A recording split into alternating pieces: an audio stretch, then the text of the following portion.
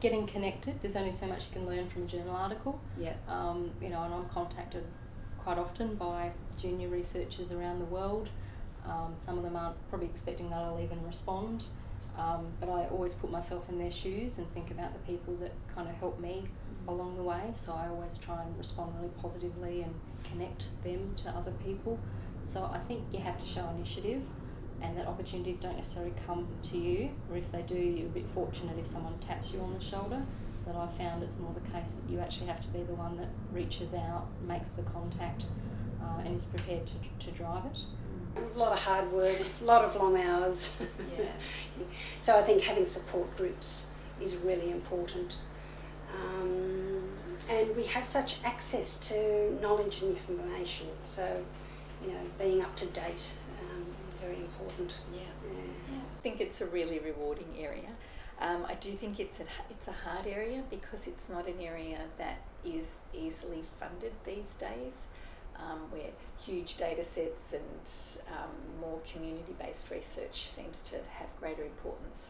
But I think a couple of things. So clearly it's not an area to get into if you're not going to work really hard, much harder than 9 to 5. I think getting good mentors, generous, respectful mentors is really important. So not necessarily the best person in the field, but a person who's going to sponsor you and develop your career and encourage you to be independent. So I think that's really important.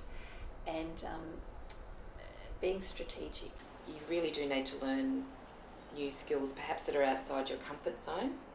But I think that's when the magic happens. I think if you learn about new areas, that's suddenly you're looking through a particular problem with a different lens, and so therefore you see different answers. And I think that's when you come up with creative, new ways of thinking about what you're doing.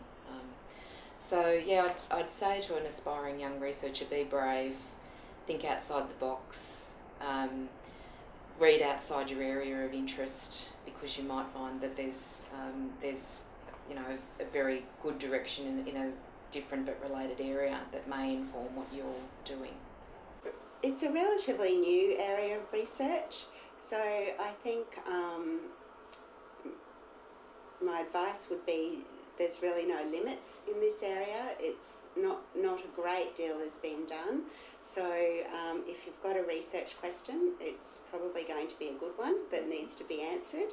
And just if opportunities to come along, then that's worth taking them, because some will lead to a dead end, but others will actually really pay off. To be broad-minded, there's now, as I said, I think we can learn a lot from other disorders. So I think there has been a tendency within, say, neuropsychology, of which I'm a neuropsychologist, but just to sort of think about brain injury or brain damage.